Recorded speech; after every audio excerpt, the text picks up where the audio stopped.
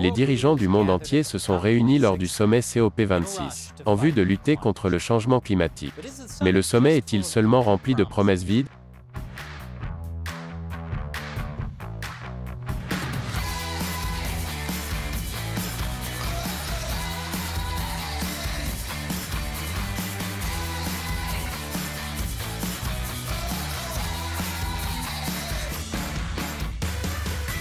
Bienvenue à l'émission Amérique dévoilée, je suis Chris Chappell. De nombreux défenseurs de l'environnement sont préoccupés par les émissions de carbone, et ils ont hâte que ça change. Les scientifiques et les responsables de l'ONU ont averti que si les gouvernements ne prenaient pas immédiatement des mesures draconiennes pour réduire les émissions, une grande partie du monde subirait des catastrophes climatiques, telles qu'une élévation dévastatrice du niveau de la mer, des vagues de chaleur plus longues et plus intenses, et la disparition généralisée d'espèces, entre autres.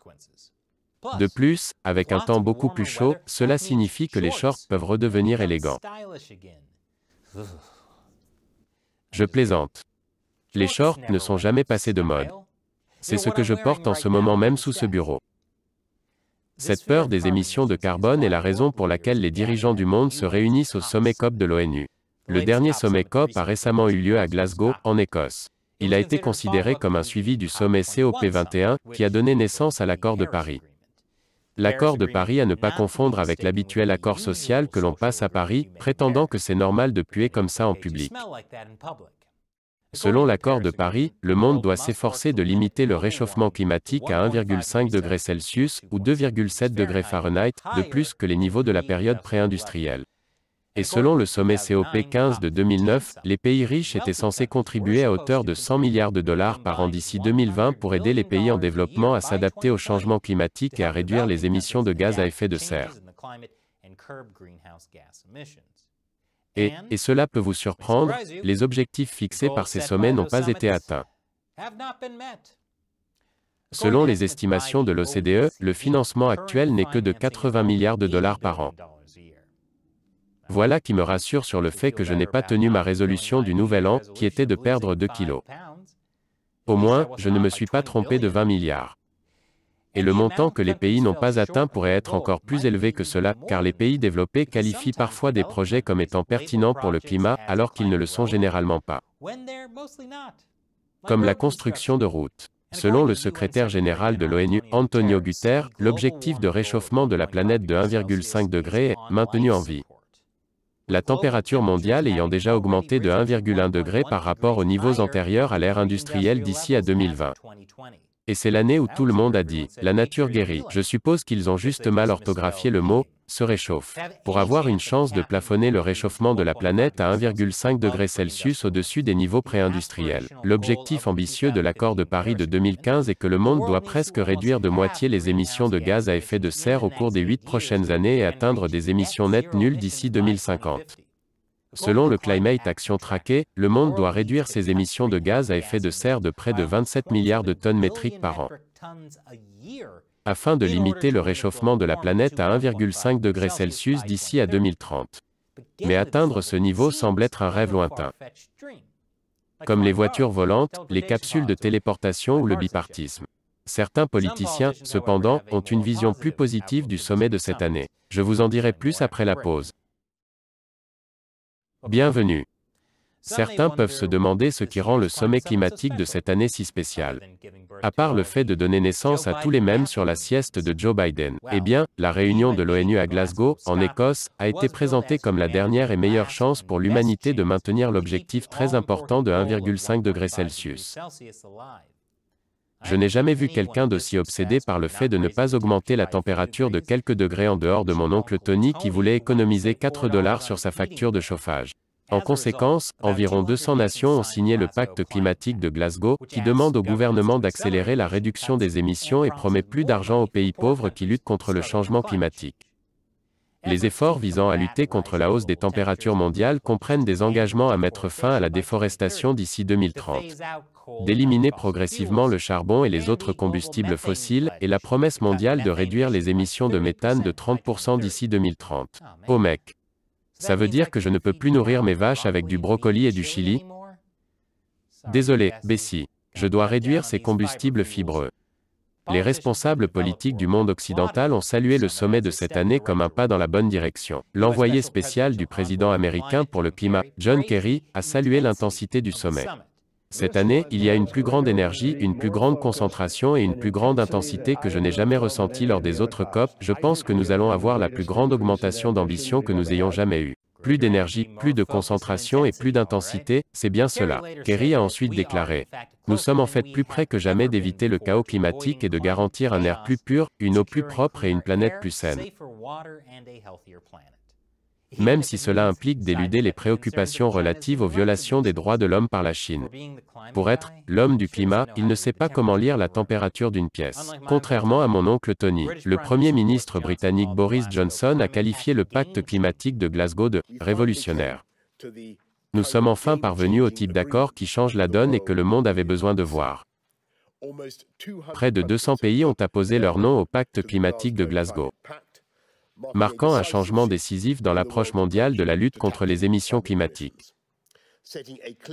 Établissant une feuille de route claire pour limiter la hausse des températures mondiales à 1,5 degré et marquant le début de la fin de l'énergie du charbon.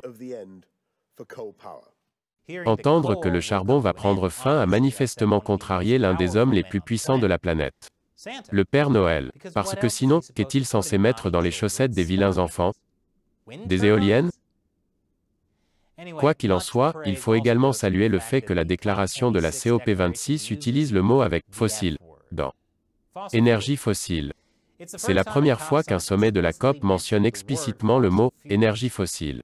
Ce qui est étrange, compte tenu du fait que les écologistes soulignent à quel point ce mot « fossile » affecte le climat. Cependant, de nombreux pays édulcorent l'engagement à s'éloigner du charbon, surtout au pôle Nord. Et ce n'est qu'une partie du problème qui tourmente l'administration Biden et l'UE. Je vous en dirai plus après la pause. Bienvenue. Malgré les déclarations de façade sur la nécessité d'abandonner les combustibles fossiles, la vérité est que nous en avons encore tout besoin. C'est pourquoi les citoyens paient l'essence à ces prix. Que sommes-nous censés faire d'autre? Aller au travail à vélo? En short? Ça va piquer. La Chine et l'Inde ont particulièrement besoin de charbon. Malgré la promesse de la Chine de fermer les centrales à charbon, et l'Inde qui s'est engagée à atteindre des émissions de carbone nulles d'ici 2070. Les deux pays ont édulcoré leurs discours utilisés pour éliminer progressivement le charbon. La conférence s'est terminée sur une note aigre lorsque l'Inde, avec le soutien apparent de la Chine, a insisté pour édulcorer l'engagement historique pris par les nations d'éliminer progressivement le charbon, en promettant seulement de réduire progressivement la combustion de ce combustible le plus polluant. De nombreuses nations, en particulier les Européens et les petits États insulaires, ont exprimé leur colère et leur frustration face à ce changement de dernière minute, d'autant plus qu'elles avaient auparavant été informées par le président de la conférence que le texte du pacte était fermé à toute modification supplémentaire. S'il avait su qu'il pouvait encore changer les règles, de nombreux pays se seraient accordé une date limite plus tardive pour les émissions, une facture moins lourde à payer, et auraient exigé que les Français appliquent un déodorant plus efficace. La qualité de l'air s'en trouverait améliorée. Certaines personnes s'inquiètent du fait que ce changement de terminologie crée une échappatoire pour retarder l'action climatique. Mais la Chine et l'Inde ne sont pas les seuls à en profiter. Les États-Unis et l'Europe ont tous deux besoin de combustibles fossiles, surtout en période de crise énergétique et de hausse des prix. Le réseau énergétique américain utilise encore 60% de combustibles fossiles, et c'est peut-être la raison pour laquelle les États-Unis n'ont signé aucun engagement à abandonner le charbon. Et bien que le pacte de Glasgow pour le climat, signé par 200 pays, appelle à la suppression progressive des subventions au charbon et aux combustibles fossiles, aucune date ni aucun objectif précis n'ont été fixés. Un peu comme ma résolution du Nouvel An. Nous allons tous perdre au moins 2 kilos dans les 100 prochaines années. Surtout quand la décomposition post-mortem s'installera. Ne pensez pas à ça comme à une mort, mais plutôt comme à l'atteinte de votre objectif de poids. C'est l'une des raisons pour lesquelles de nombreux scientifiques affirment que le sommet COP26 n'a pas résolu le problème du changement climatique. En plus de toutes les failles, le pacte rédigé lors du sommet n'est pas juridiquement contraignant, avec des mots tels que « exhorter » et « demander » qui reviennent souvent. Le pacte exige essentiellement que chaque signataire élabore ses propres lois et politiques nationales pour réduire les émissions. Ils ont échangé un tas de rhétorique vide, n'ont pris aucune mesure significative et se félicitent de n'avoir pratiquement rien fait.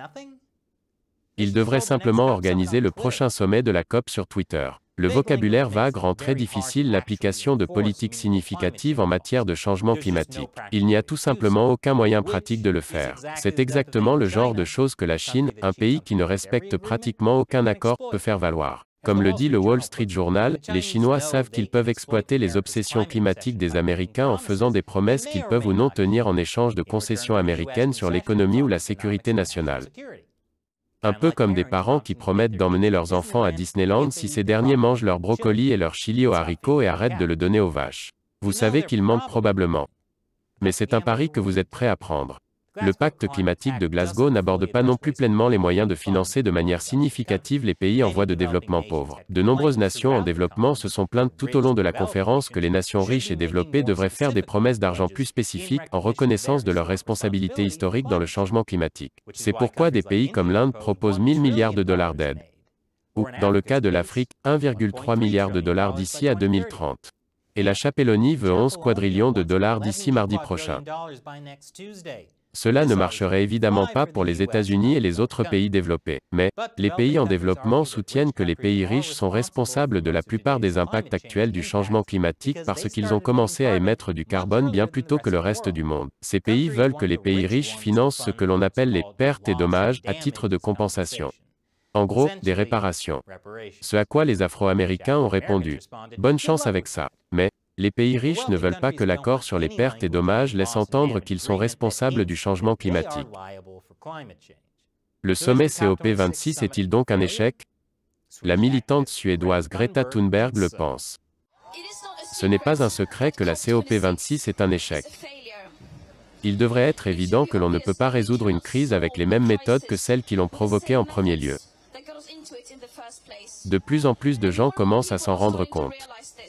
Thunberg a pris la tête d'environ 25 000 manifestants à l'extérieur du sommet sur le climat aujourd'hui. Les manifestants appelant les politiciens et les dirigeants d'entreprises à faire plus pour lutter contre le changement climatique. Dans l'ensemble, les promesses faites à la COP n'étaient qu'un ramassis d'air chaud. Et cela ne va certainement pas aider à faire baisser les températures. Nous avons besoin de quelqu'un pour diriger la situation, qui sera strict et inébranlable pour faire baisser la température. Je connais l'homme de la situation. Alors qu'en pensez-vous? Le sommet COP26 est-il un échec? Laissez vos commentaires ci-dessous. Et si vous aimez cette émission, sachez que nous ne pourrions pas la réaliser sans le soutien direct de téléspectateurs comme vous. Visitez patreon.com/AmericaUncovered et contribuez à hauteur d'$1 ou plus par épisode pour nous aider à poursuivre l'émission. Cliquez sur le lien ci-dessous. Encore une fois, je suis Chris Chappell, merci d'avoir regardé Amérique dévoilée.